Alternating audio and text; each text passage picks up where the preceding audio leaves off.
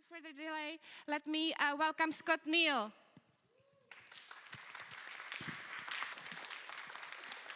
Thank you. Hello, everyone. My name is Scott Neale. I'm a professional scenic designer and the chair of the scenic design program at University of Illinois, Urbana-Champaign, which is just outside of Chicago, and a proud member of the United Scenic Artists Local 829.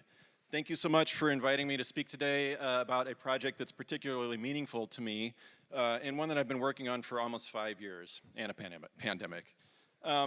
So I am in my 17th year as the resident scenic designer for a small but mighty theater company in Chicago called Albany Park Theater Project.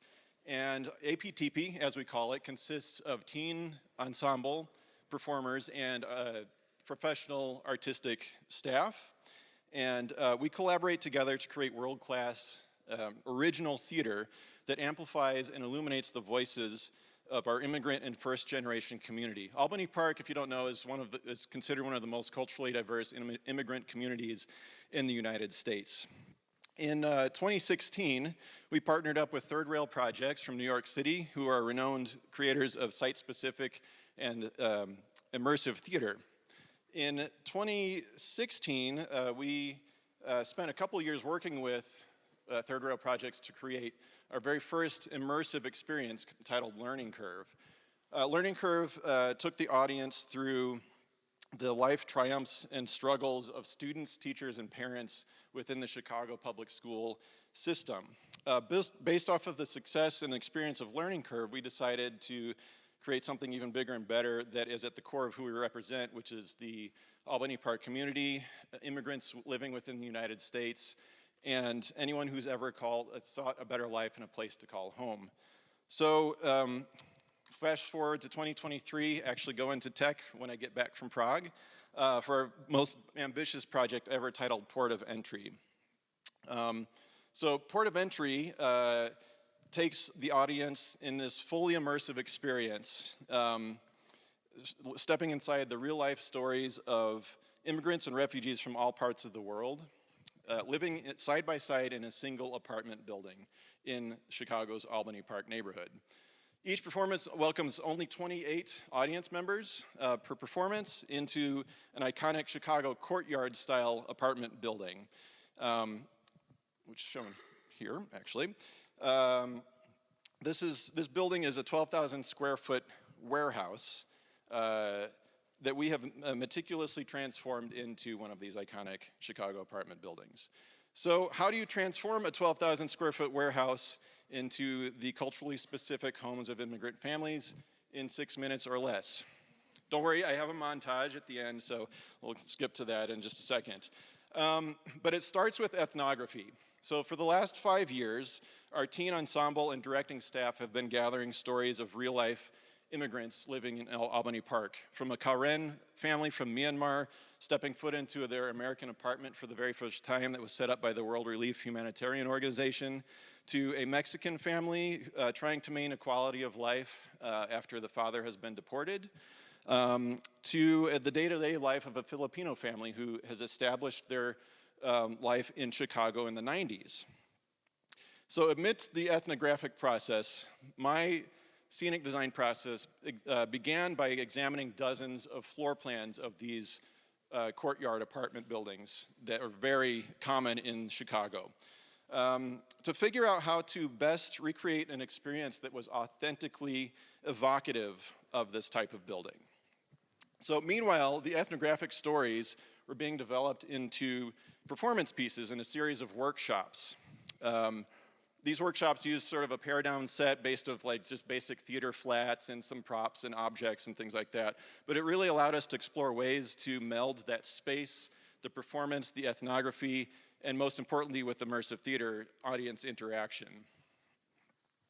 So building off of these workshop discoveries, I began thinking about some of the marks that would be left behind by a century of generations living under one roof. And I was inspired by the graphic novel by Richard McGuire called Here, which overlaid a series of illustrations in the same space, but in different periods of time.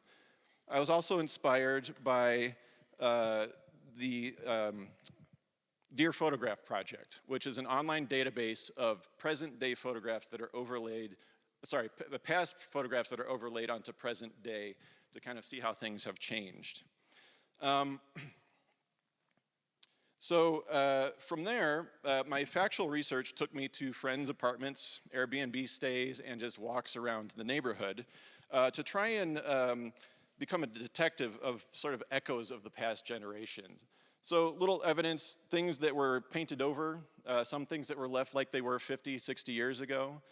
To really just try and build a foundation of the generations that preceded the families that are living in this current day immersive experience. So I have a video that's going to show a little bit of the design process, but I wanted to just mention that one of the things that we did was we went into the youth ensemble members' homes to kind of gather evidence and witness what their day-to-day life was, or rituals, traditions, and how they would decorate an empty apartment and turn it into their home.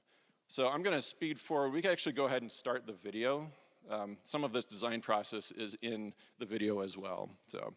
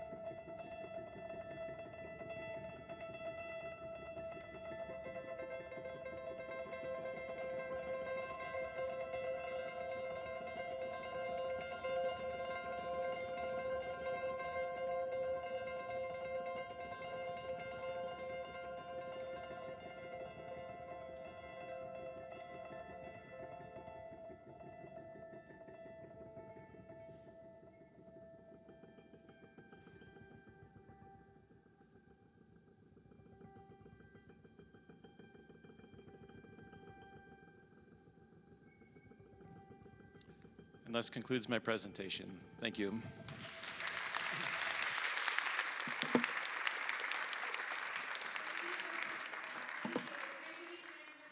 Up is Barbora Klapalová. Welcome, Barbora.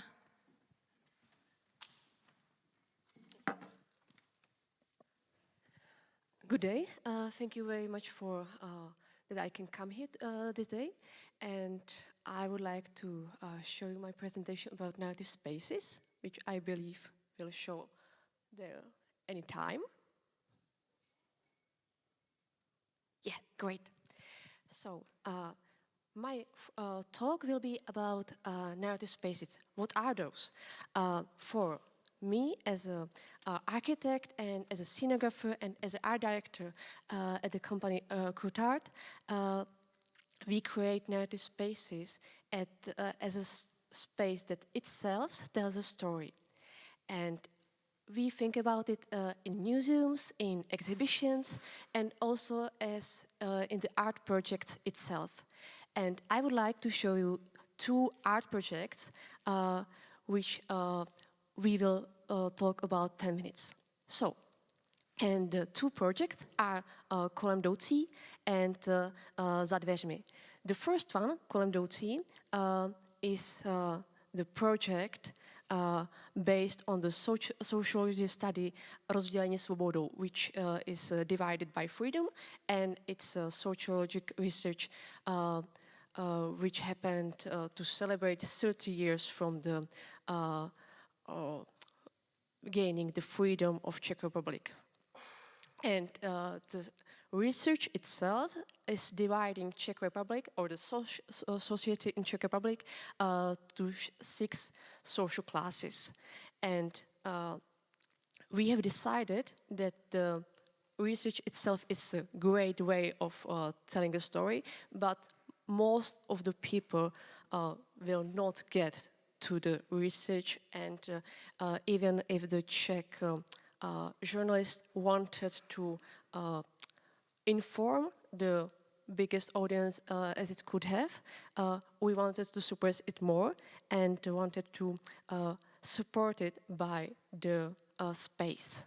So we have created a space that tells the story of those 6 social classes, and each of the class has like one little apartment, which one of them you can see in the picture. This is a social class of the cosmopolitan, and in each of the cubes there were like the home of the 30-ish old man or woman.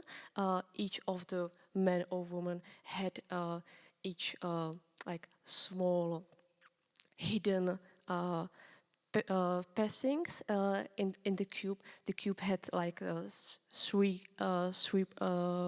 meters square, and you could learn what is the life of the each social class. And the important thing that those people who are on the photographs, they are not actors. It is not theater. It is that they are the audience, and you are learning the story just by the space. You are like trying to look in the space. You are revealing stories. You are trying to look for the hidden things, because it's not just the apartment itself that you see. You are also like going deep to the narrative of those people, and you are looking for secret like hideouts which are telling the past of those people. We have created for each person to have like 3 hidden pasts, and each past is like for young age, like around 10 years, then around 20 years, and then around like going to work, which is for all those classes like different, because all those classes has different culture, different social well-being, and also different financials. And after the exploring the space, which you can buy a ticket, it's like going to a theater, but there are no actors. And after the hour you've spent in the space itself, you are going to discuss it with the rest of the audiences. The full capacity of the space is 10 people, so it's like really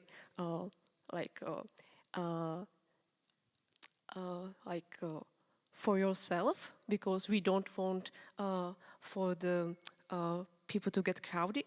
The space itself are quite small, and we want for the experience to be immersed, and also really just for yourself, that you are the ones that you, are the first people who are exploring those things.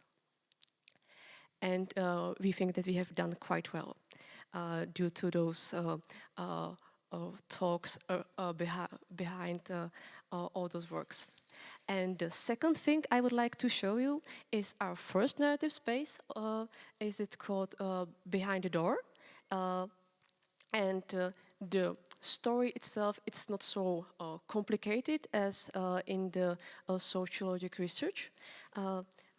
It's just about one family that is divorcing, and they are a young couple, and they have daughter.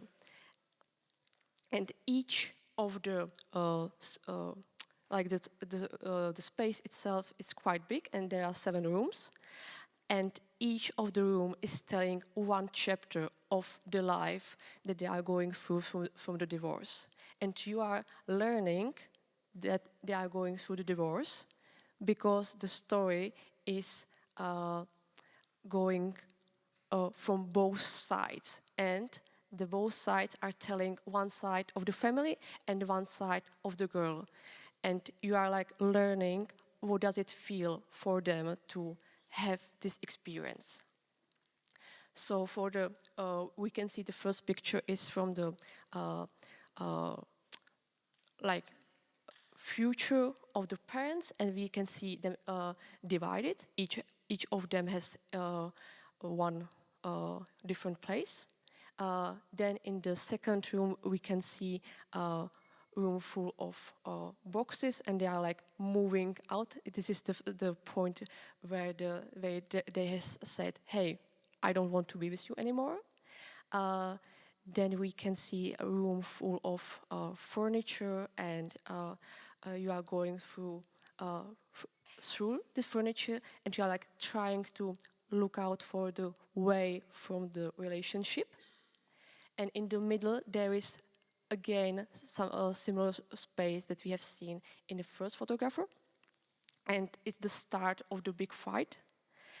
And from this point, from the middle of the installation, you are going to some like a dream world of the girls. The girl is like a 10-year-old, so her interpretation of those things that are happening in the family is a little bit different than those of the parents.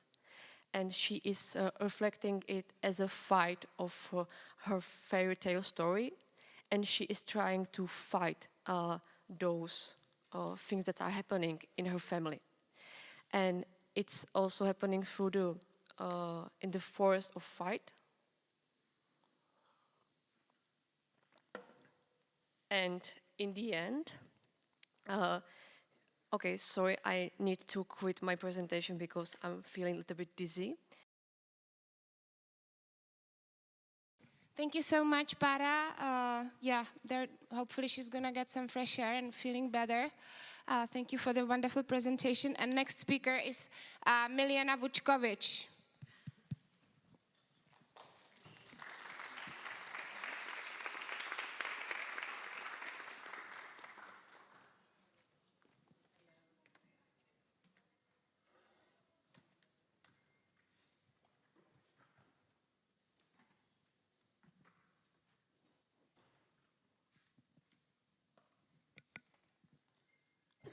Thank you.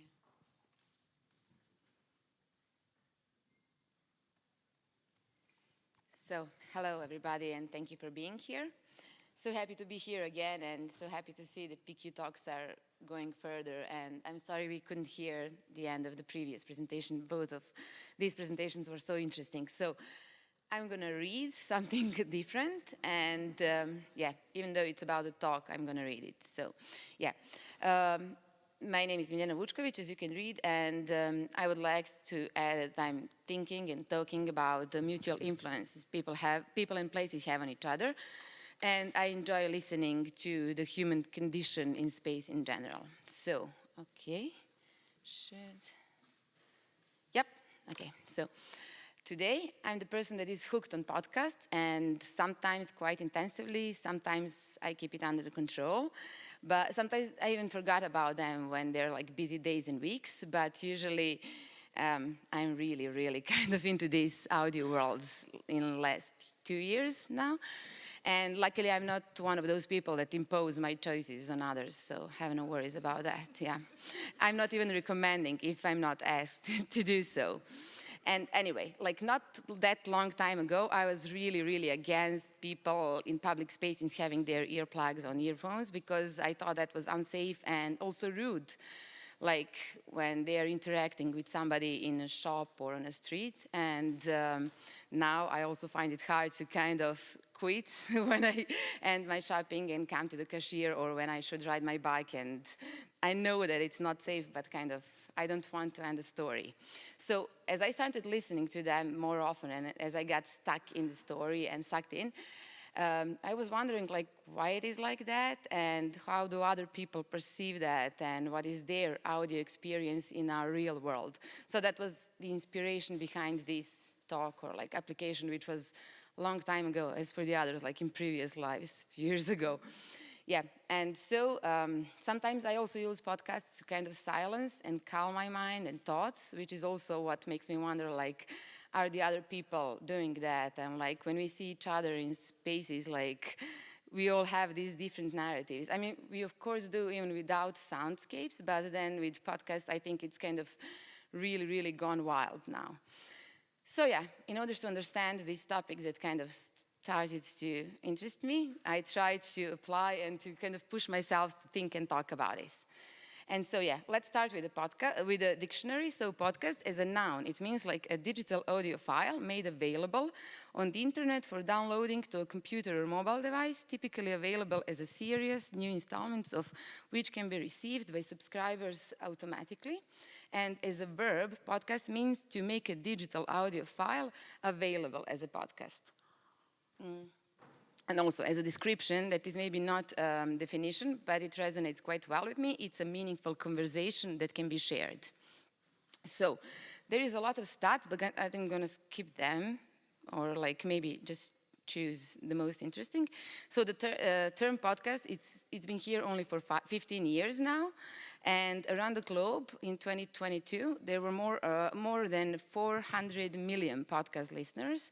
And there were over 2 million, some sources claim even 3 million, independent podcasts with tens of millions of episodes between them. I guess in all the languages, that's also really, really interesting. The vast majority is made in English, and then the Spanish is second place regarding numbers of podcasts. So mobile phones are the preferred devices for listening, and they account for 73% of the podcast listening hours. Yeah, let me skip this.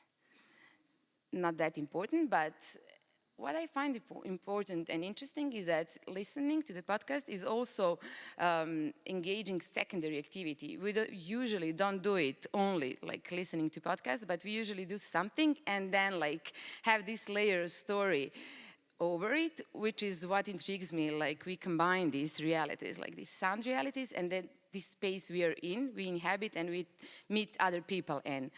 And it's kind of being alone, but in the company at the same time. And also, I guess, like a lot of people living in cities, they know this, and it's during the commute hours, they usually listen to kind of make them more interesting. But I think it also kind of,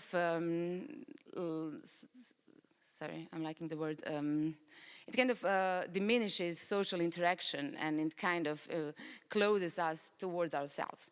So, and which I find something nice also, that the demographics of podcast listeners is finally changing, and it works also for race and gender specifically, and I think that's because there is something for everyone, and it's kind of also space of democracy in a way, like anybody can basically produce podcast and talk about the topics they're interested in, and I find that really, really great compared to previous period when you would really have to have some techniques to make something, and again, like to put it somewhere, and for that to meet people and to kind of get people to listen to that.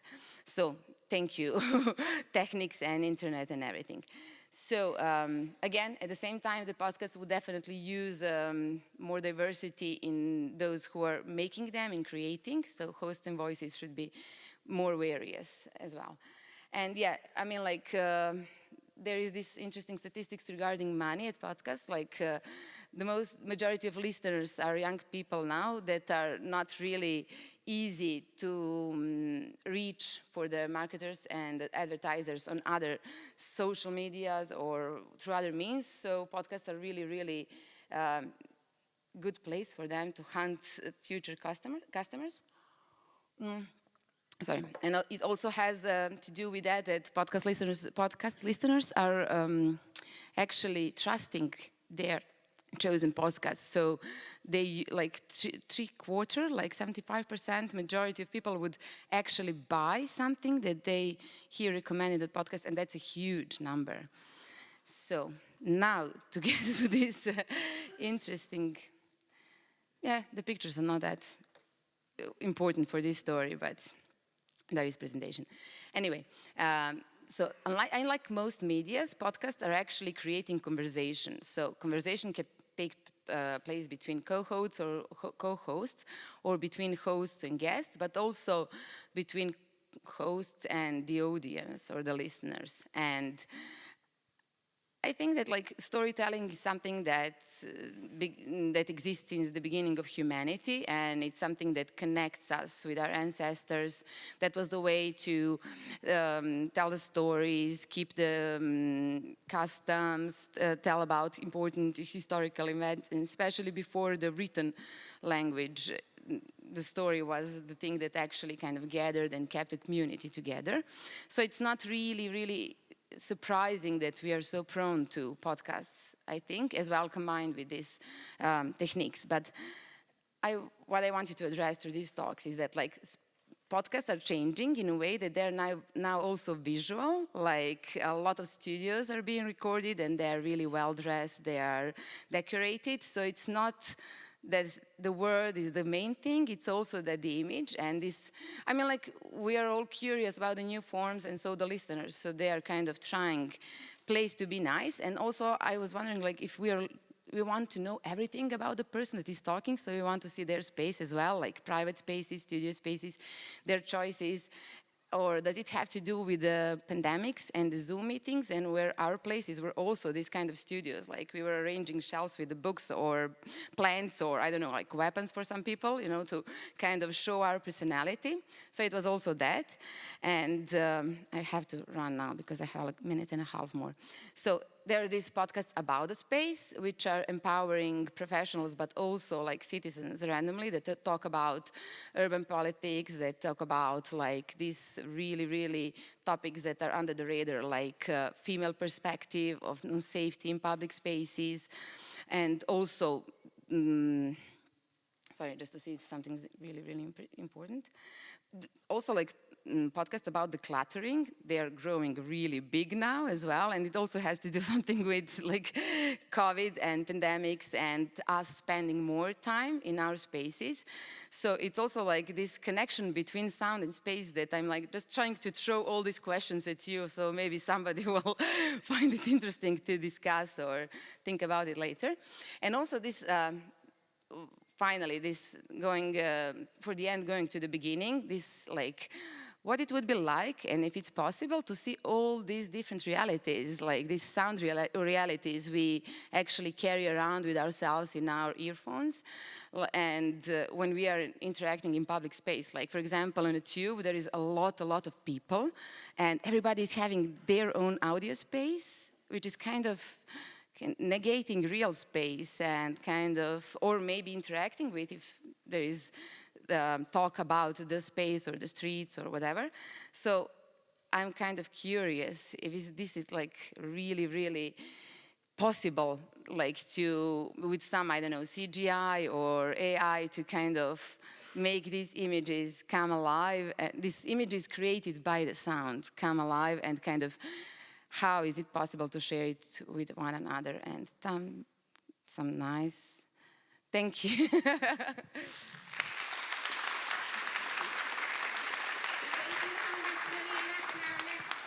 Is Susannah Henry. Let me just grab my terms. Sure. That's great. Okay. If we could get the film up and press play, please.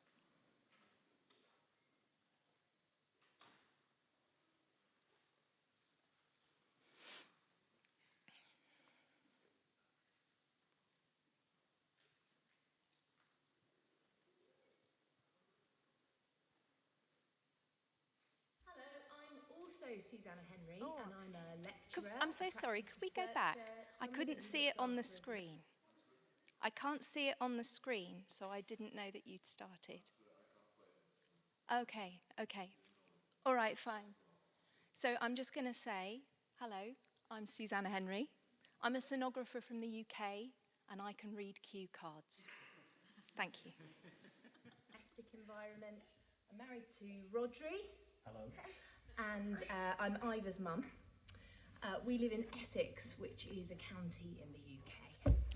And we're here in Prague to introduce Autoscenography, which is a form of scenographic practice that chooses the story or lived experience of the scenographer as the starting point for self-initiated scenographic work. She means that autoscenography comes not just from a place of training and professional practice, but is informed by all the other things a scenographer is too. Autoscenography is a reflective practice for designers, facilitating reflection on your craft, values, and lived experiences, and potentially enhancing the way in which you choose to work. You should perhaps explain that you didn't invent it. I didn't invent the practice, no, but I did design a word. Autoscenography feels like a good definition for the glimpses of scenography mixed with autobiography that I noticed in the art or words of other scenographers. This I started to expand into a more intentioned personal practice. Autoscenography can be glimpsed in different ways in scenographic work. Here are 3 examples. Firstly, in Rosie L. Neale's Prayer, an online performance experience where Elle Neale, amongst other things, reflects on an unhappy experience of scenographic practice and identifies her own subjectivity in her design work. And then there's Rachel Hahn's book, Beyond Scenography, in which Rachel Hahn frames the making of a slice of scenographic theory around watching her partner planting lavender in the garden.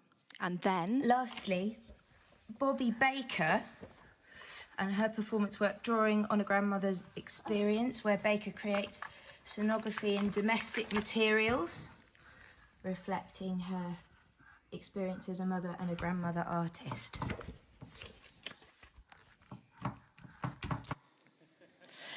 in these examples, autoscenography is found where who the scenographer is becomes explicit and has a direct bearing on the kind of work that they make.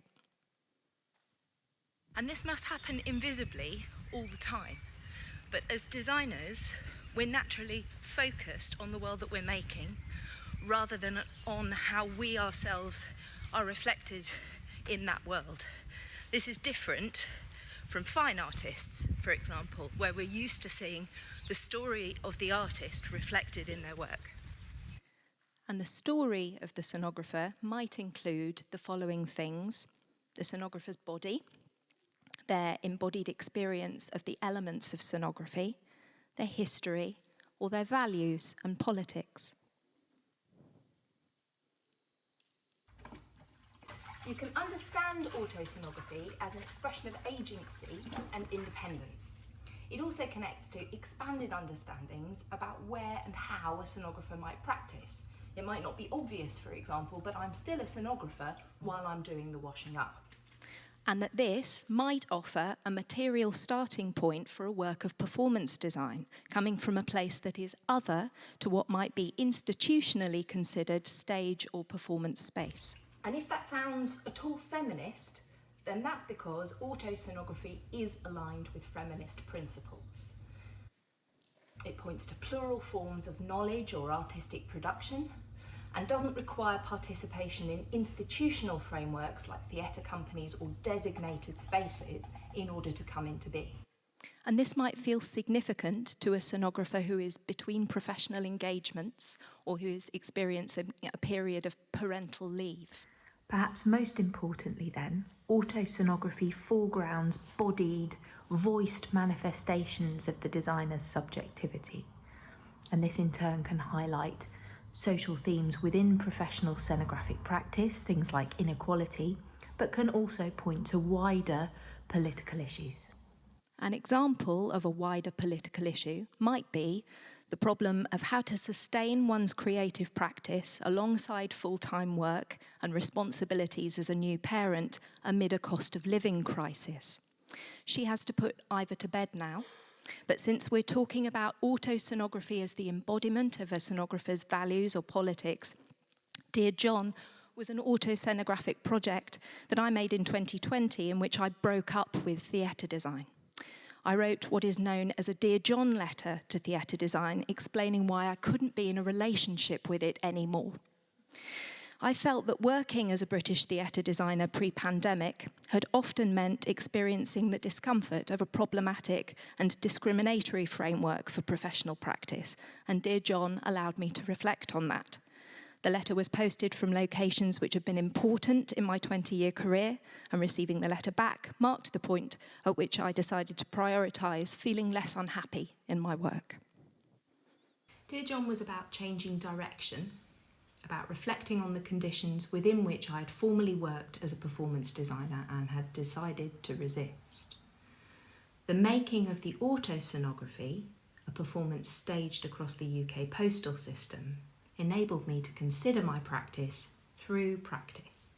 I'm still a scenographer, just choosing to manifest that practice differently now. I wouldn't formally have seen my domestic context as relevant to my practice, for example, but I do now.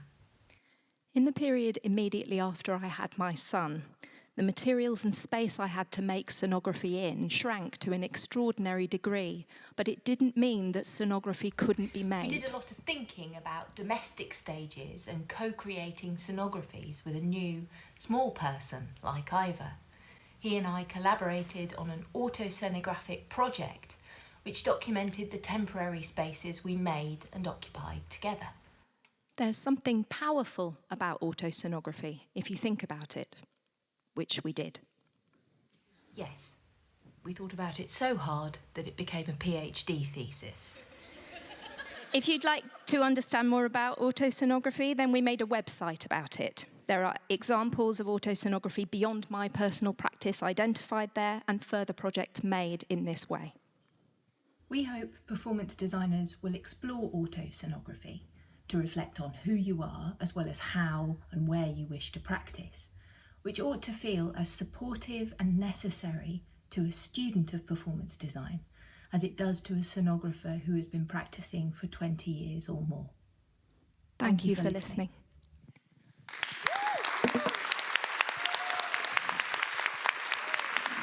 Thank you so much, Susannah. Thank you. Wonderful. Our next speakers are Carolina Romano y Daniel Ducato.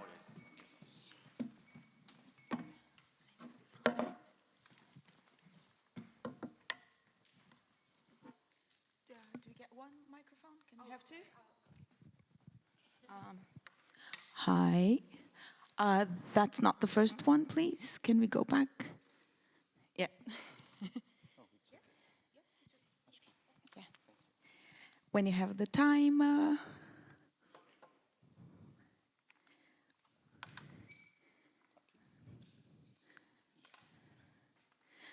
Okay.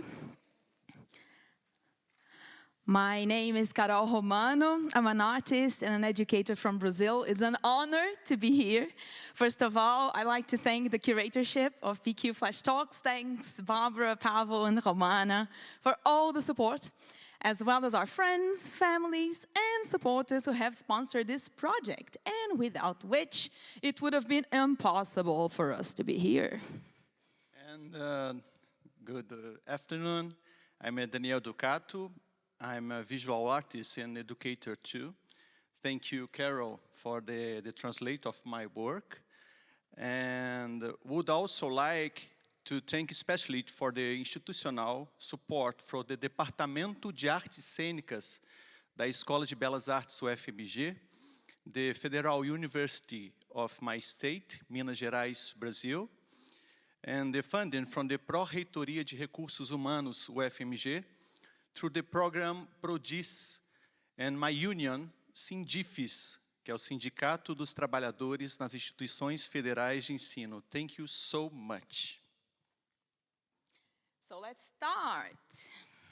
Imagine we're going to investigate a theatrical performance, and we find a space of non-conventional use. It can be an abandoned space, or it can be a space that's still in use.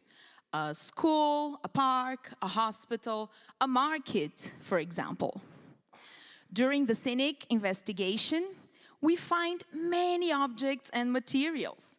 They're covered by layers of dust, rust, and history. And we understand that these are phenotypic structures. In biology, the genes are inside the cells and form the genotype. They send the message that creates the external appearance of each being. Along the process, the phenotype appears as a result of both the genetic information and the influence of the environment. In this analogy, the phenotypic structures are the result of time and wear in the objects and materials in a space by the action of time. The term phenotypic structures has been coined to help us understand the architectural structures, the elements, and the objects found in spaces of non-conventional use, according to Daniel's master's degree in drama. Throughout the investigation for theatrical practice, the multiple layers of that space are taken into consideration, be it due to the passing of time, or how the elements and objects of that given space have been put to use and have endured or changed along the many years of wear. Now, imagine we enter a junkyard, las chatarrerías en español, creo. Le décharge, ferro velho, no Brasil. We find many objects from a lot of different contexts, different natures, origins, histories, and stories. They are in the junkyard, possibly abandoned, forgotten, derived from a construction site, the remodeling of a house, or numerous changes of many places. They are covered by layers of dust, rust, and history. They are phenotypic structures in a cemetery of plastic and iron bones, full of other structures, abandoned, forgotten.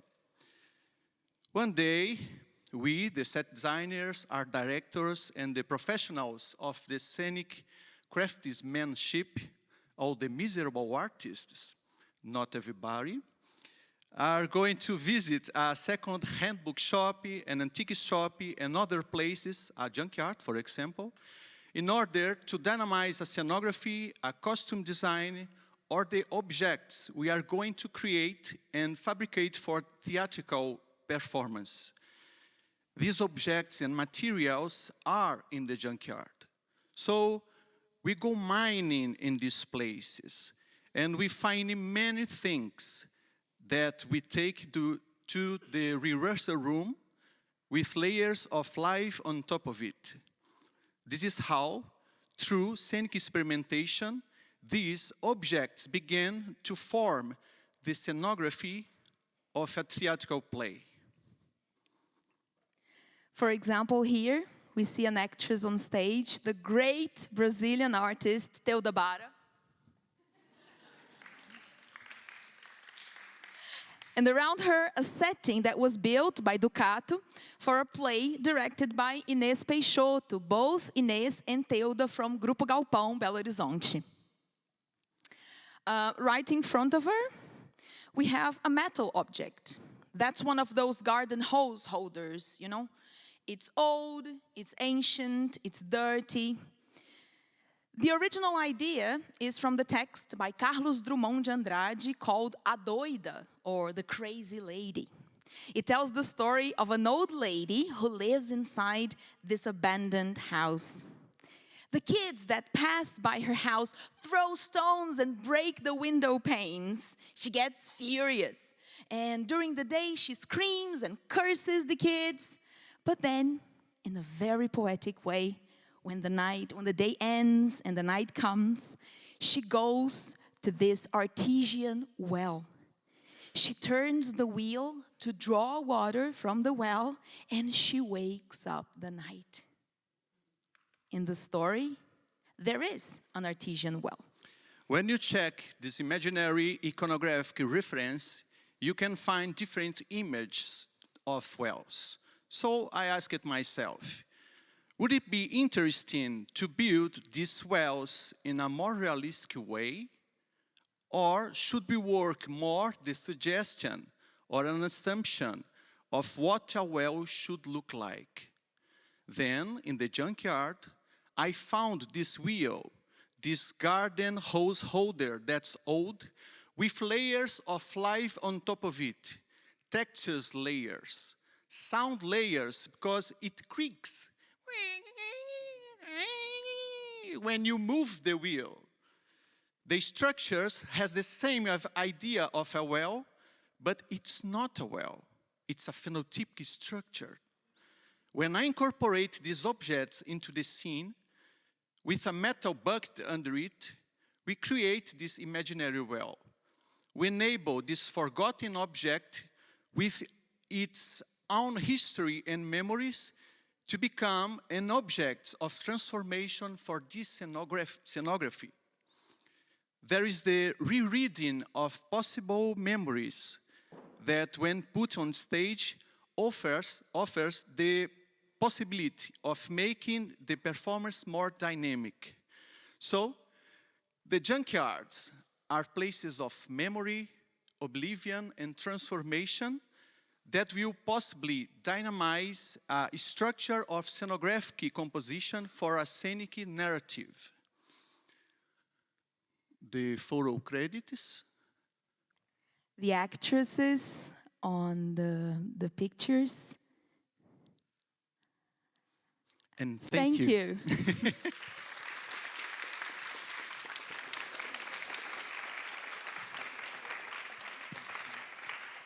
Thank you so much, Caro y Danielle. Our last speaker is Patrick Mueller.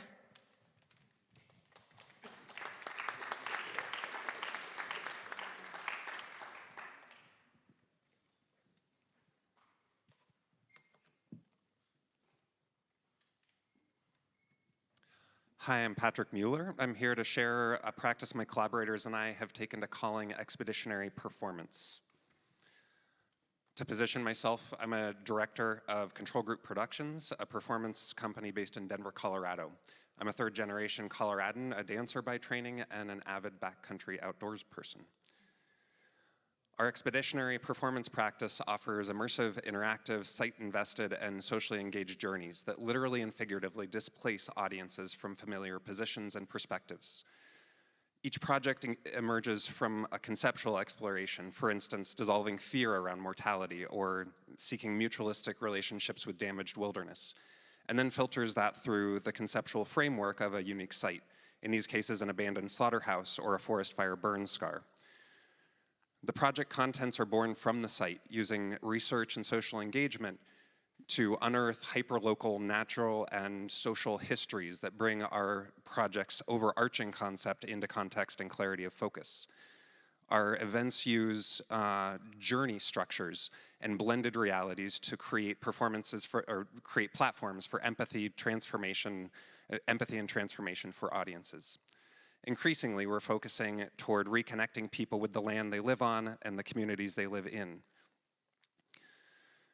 It's important to note here that the work is not didactic or dogmatic, it's experiential, aiming to offer a felt experience, bodily, sensory, and emotional, of the topic, the site, and its histories. We focus on developing an experiential arc that reveals the concept through many facets, inviting guests to engage with it from where they are and to be displaced toward it. We approach project planning through the lens of equipping a wilderness expedition. This started as a playful metaphor, but we realized that it provides very valuable perspectives to frame our process and talk about artistic excursions into unknown territory. We work in compact teams, holding multiple roles in collaborative devising practice that allows anyone to inform and imprint on any aspect of the production. We define our explorations in terms of trajectories and regions of interest without a predetermined destination.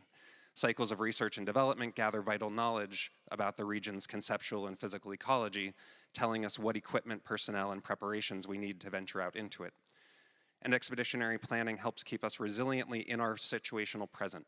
Once you're out in the backcountry, you work with what you have, pairing planning with available resources and solving problems creatively within those constraints.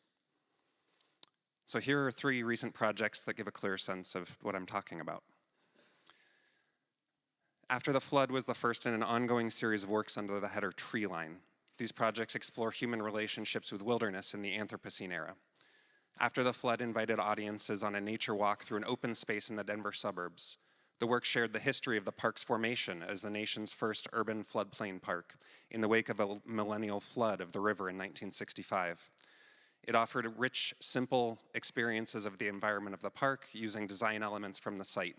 Sound design with rocks, sticks, and water, visual design with barks and branches, which we returned to the site at the end of the production for composting. The apex of the experience was a sensory meditation in a meadow, where the surrounding world and the world of the show became indistinguishable from each other. The next Tree Line project went in a fairly different direction. Play the video.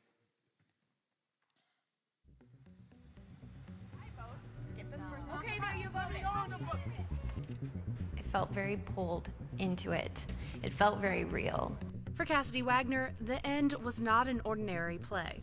It made me feel less prepared for a post-apocalyptic world.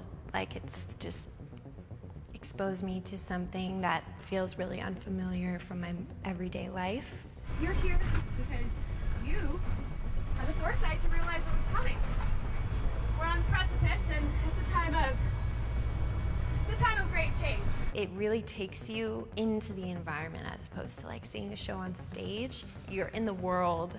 That makes it much more real, and for me, affected me emotionally almost immediately. That's a win for Patrick Mueller. Go back to the presentation. It feels really clear that there's a problem that we... Sorry. The end depicted a near-future climate cliff on an interactive bus tour through North Denver, including the most polluted urban zip code in the country. The project took place on the bus at several outdoor locations, and the safe house pictured there set in an abandoned slaughterhouse. The project centered on water, which is our region's most urgent climate challenge. Creating the end was a massive endeavor and relied heavily on using the world around us with limited strategic design interventions. Some highlights included a small meal of nopales, prickly pear cactus, that served important roles in the narrative, thematic handling, and experiential arc.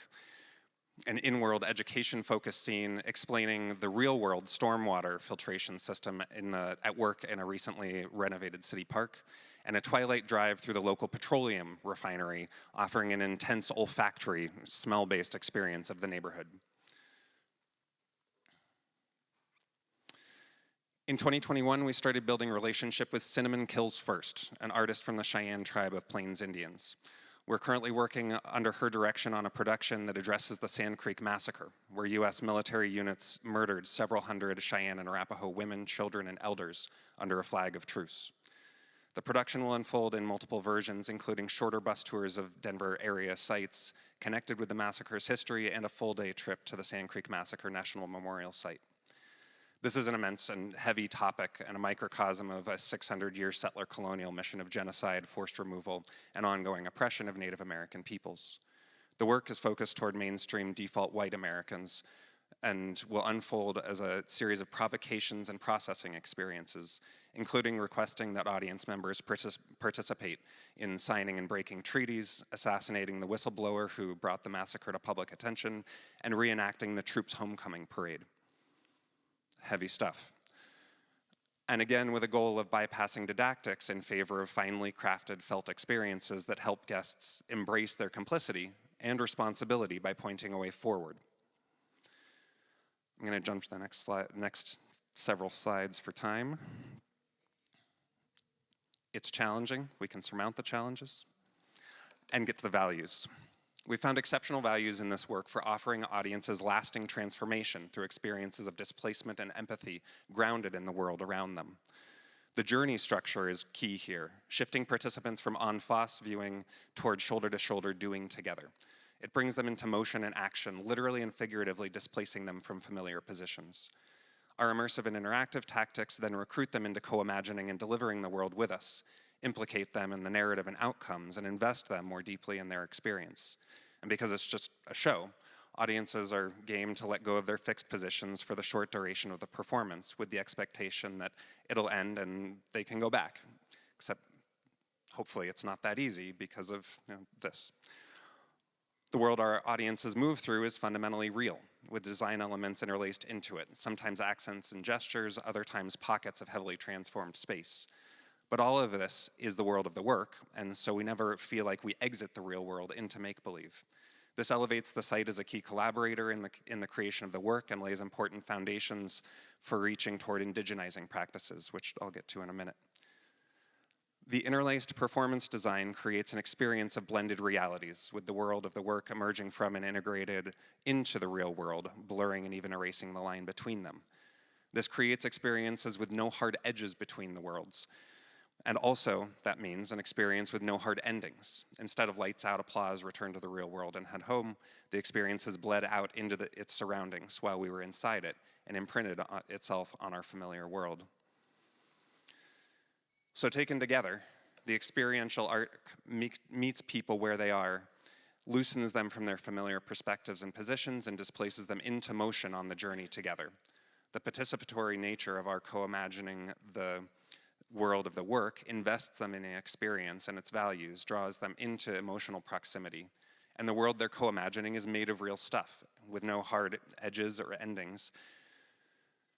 Nope, lost my spot. So that it imprints on the real world, moving through empathy into lasting transformation. And excitingly, a common outcome of this is that audiences move into stewardship roles within the work, assuming responsibility not only for their personal experience, but for the community of participants. This offers another step toward indigenizing practices.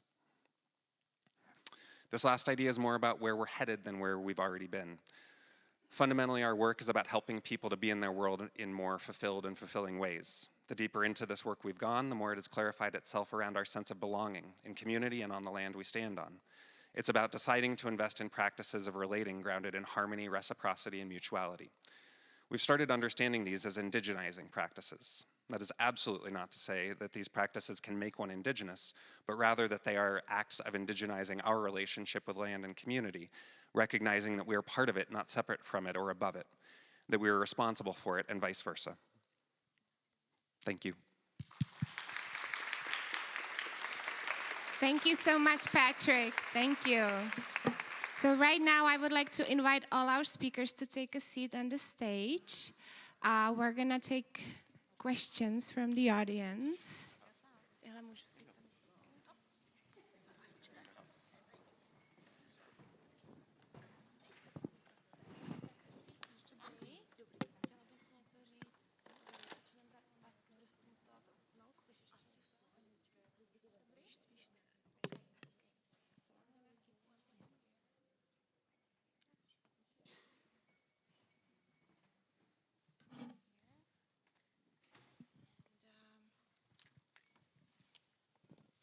ask a room? Can I have someone helping me? Thank you so much. So yeah, we have such a wonderful range of projects here, ideas.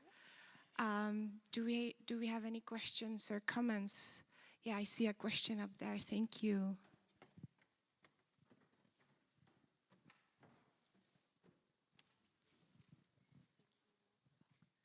Hi, I have a question for Barbora and Susannah. This one's for Barbora about the narrative spaces. I wanted to ask a question about the second narrative space that you talked about in regards to the family and the divorce and the breakdown of that relationship. I wanted to know if that was based on one specific family and if and kind of the process of how you designed those 7 rooms, and if like you did like the process of designing them, whether you conducted like interviews or you read biographies of a specific family, like how was the process of designing those rooms? Thank you very much for the question. And we have designed the rooms based on stories in our families, based on stories in some research books, and also in some interviews, and it was like mixed of things. And the final visualization of the rooms was there are like 2 principles behind those things, and one part of those rooms were like a little bit more naturalistic. Those are those rooms of the parents, and more like fairy tales were designed for the girl's story. And we wanted to keep those things like for the difference, and also we wanted to like for the rooms to be somehow mirrored. So when there was like the people were lost in the furniture, we wanted them also to be lost in the mirrored labyrinth. And this is like thinking behind it. And each room, when you are like more far away from the center room, where is the big fight, we are like moving in a time towards the future. So, and we wanted to express it in the fantasy, that the fantasy is going like much more bigger fantasy, and it's more surreal, and also in the parent way, the space is creating more like naturalistic. So. Thank you so much. Thank you. Yeah, and this is for Susannah about your about the autoscenography. You talked a little bit about how autoscenography is a feminist practice, and I was wondering if you could just talk about that a little bit more, because I find that really interesting. Yeah, I think when I was I happen to be a person who reads and enjoys quite a lot of feminist writing. And I was really interested in a strand of feminist writing that's around feminist building, which you can find in various different places, but quite prominently in the work of s.r.o in particular. And that's the business of creating spaces for yourself, feminist spaces, which I'm interested in because my background is in the design of performance space. So there's a sort of a relationship between my professional practice and this idea of manifesting a kind of another kind of space, which is more to do with your values. And I also really enjoyed the writing of bell hooks around the relationship of love to work, and thought about that a lot. The idea of trying to manifest or push for a loving environment in which to work, in whatever kind of field you practice in. So I'd say those were 2 really key writers that I drew on in terms of understanding how autoscenography had a feminist dimension. It's about expressing something of yourself and your values, manifesting the space in which you wish to practice as a performance designer, and also thinking about the relationship of love of one's practice, love of the people with whom one works, love of the project, and how that comes through when you engage with a piece of performance design. Perfect, thank you so much. Yeah, thank you for the question and for the answers as well. I see we have 2 questions up there. And I just want to ask our wonderful audiences, could you just briefly introduce yourselves when you're asking? That would be great, thank you. Hello, my name is Sierra, and the 4 of us here are also from Denver. We're all students, so my question is for Patrick. I was wondering if you could touch a little bit more on some of the conflicts and struggles with creating these devised pieces and performances in found spaces and using your environment in a specifically in Denver, where there's a growing community of devised works and new performance styles. Do you want the laundry list? I think there's a lot that honestly is surmountable. I apologize that I skipped that section. But things like, we have specific seasons that we will do different types of work in. We have done robust emergency planning development and wildlife or wilderness first responder training to allay some of the risk that is uncommon for theatrical spaces. We have weather call protocols. We consider the fact that we sometimes are needing to hike out, not just evacuate people 50 feet to their car. And then I think in a very different direction, Denver is over a dozen municipalities if you consider the Denver-Boulder metro. And so we have invested in relationships with city planning offices. We have somebody from Parks and Rec on our board of directors. And I think that, I think we are finding a methodology that's sound enough that it is not much more at risk than any other independent scene production going on in Denver.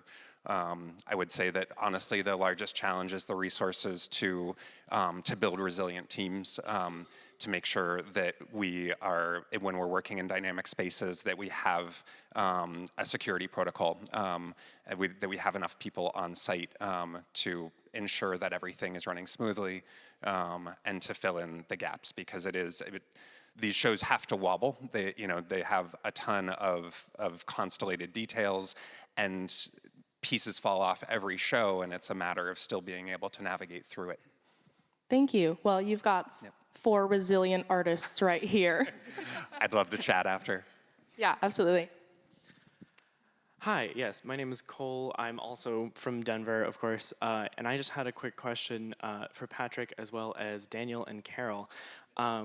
Basically asking about where you start, because a lot of what your productions have spoken to me is basically that your ideas come from objects, and Patrick, it seems to me that your ideas come from places, and I really like the dichotomy of that, and I just wanted to ask if you started with an idea or if you came with the idea from your medium.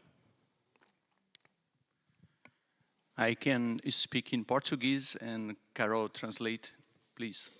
Okay. A prática cênica no espaço de uso não convencional, the scenic practice in the space of non-conventional use, ela tem várias reverberações. It reverberates in different ways. Eu posso fazer uma cena a partir de texto teatral.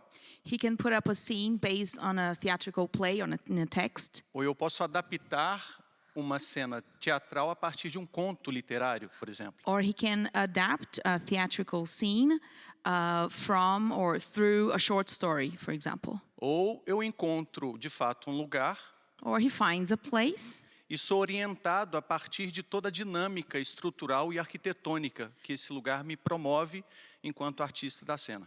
And he is oriented through the whole architectural or structural possibilities of that space. Então, nesse sentido, muito mais que teatral, So in this sense, much more than theatrical, é performático. it's performative.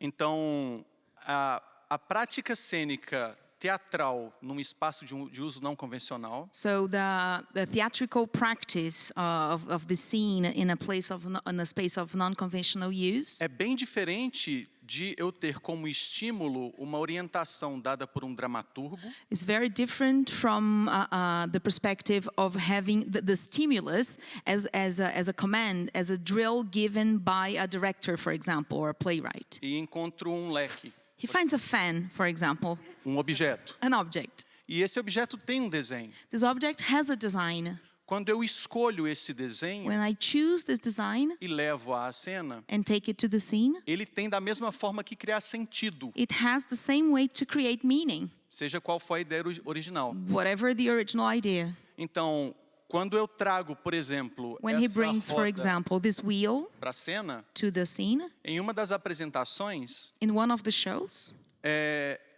o rapaz que era responsável pelo backstage, one of the technicians backstage, ele quis bater óleo. he wanted to oil the Because, engine. because the wheel...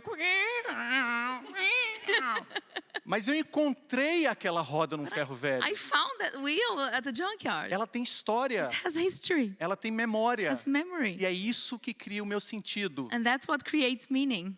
Apesar das várias possibilidades de construir e fabricar um objeto para a cena. However, the many possibilities of actually fabricating, making an object for the scene. Então, por exemplo, em 1968, For example, in 1968, um artista argentino e senador, Víctor Garcia, an Argentinian set designer, playwright, director, encenador, what's his name? Victor Garcia. ele entra num ferro velho He goes into a junkyard de automóveis of cars, an automobile dump, e situa essa encenação nesse lugar. and he places this performance there, in this place. Então, acho que há algum ponto em comum do que a gente está falando. So he thinks there's a point in common between the things both of you are speaking É de about. fato as camadas do real Is the layers of reality e a transformação delas para os corpos atuantes, para a cena. and the transformation of those through the acting bodies in the scene. Seja a casa, Be it a seja house, o parque, a park, seja o ferro velho. the junkyard. Eu não sei se eu respondi. Have we answered your question? Yes, brilliantly. Thank you very much. Thank you. That was incredible. I don't know that I need to add much, but I think I feel like what I just heard is gathering many things, and I think there's a vision that is swirling in the middle, and there's a big idea there, or a fascination, a conundrum that we're chewing on, but it can't define itself without this constellation of, I think, both of facets that you're seeing it from and things that start growing out of it.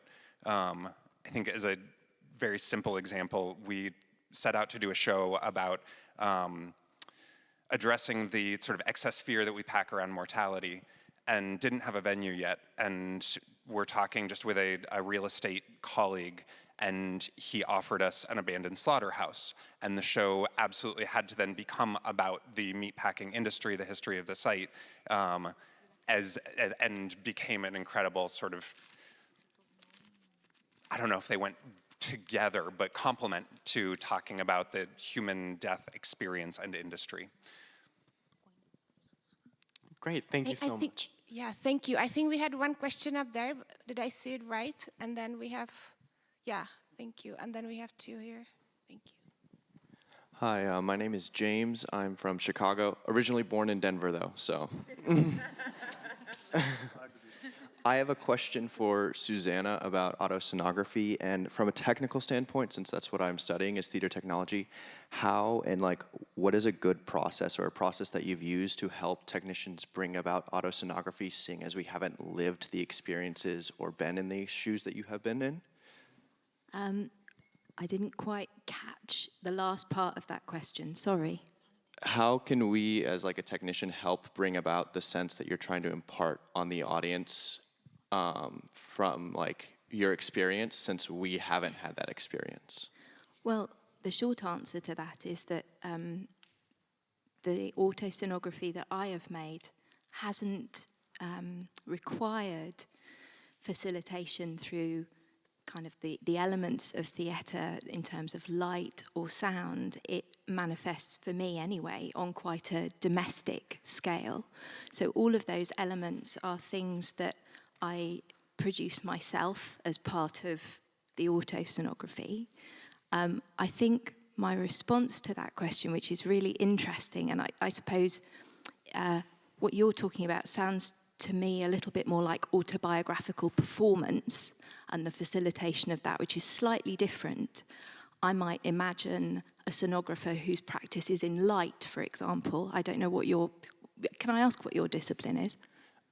Theater technology, so like carpentry, rigging, technical direction, that type of stuff. Okay, so if I imagine myself as somebody whose practice is in those skills, but perhaps at some point also identifies as a scenographer, then I imagine that person as finding a way to use those skills to tell something of my own story or to reflect on the kind of practice that I want to do.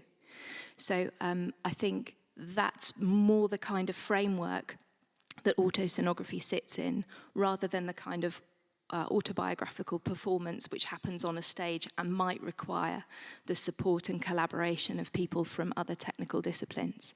But never say never. I'm just at the beginning of my journey with that. So it's interesting, your question. I'm going to go away and think a lot about that. Yeah, thank you for that question and the answer. I think we had two questions down here. So yeah, if we could get the mic there. Thank you very much. Hi, my name is Jenny. I'm currently an MA student at the University of Hull at Sheher. And my question was for Patrick. I was just wondering, to what extent does the audience's interaction change the performance in any way? Whether that be in that moment or sort of incites you to make some changes in the future. Also, obviously, in relation to the fact that you are sort of more often outdoors and away from those sort of traditional stage spaces. We have, up until now, not had budgets to design multi-pronged shows that could really go many directions, that could have actors that are never called in unless the show goes down a certain track. And so what we have instead are loop outs, where audience, in a simple example, we ask people on the bus to identify where the safe house is that we're trying to get to, based on some sort of riddles and in-world prompts, and if they solve it, we get to the safe house through their guidance. If we don't, we get to the safe house through a character's useful recollection. And I think that, I mean, yeah, what we found is the experience of being involved in this way is actually a requisite platform. Being engaged in an audience member needing to take charge centers them in a way that actually makes their experience less internal because they become performative. But we love that manner of work too and aspire to the perfect integration. Thank you. Thank you. And we had a question there. Yes. Hi, my name is Anna Driftmeyer, and I am a creative director based out of New York, but this is kind of small world, also from the Denver-Boulder metro area. Boulder specifically, and even though, and thank you all so much for everything you brought today. I actually have a question for, is it Miljena? So I am an avid podcast listener for like 10 plus years. like my flatmates in London all made a podcast together, and so been surrounded by it for years. And one thing that always comes up when the subject of podcasts, and I think like the spatial relationship you're talking about is so fascinating, is I kind of harken back to being like, well, then what are the differences or differentiations between podcasting and radio? And even in terms of performance create. So in terms of like, from your own observations and studies, what do you find in terms of the similarities and the relationships with space between, similarities and differences between podcasting and radio?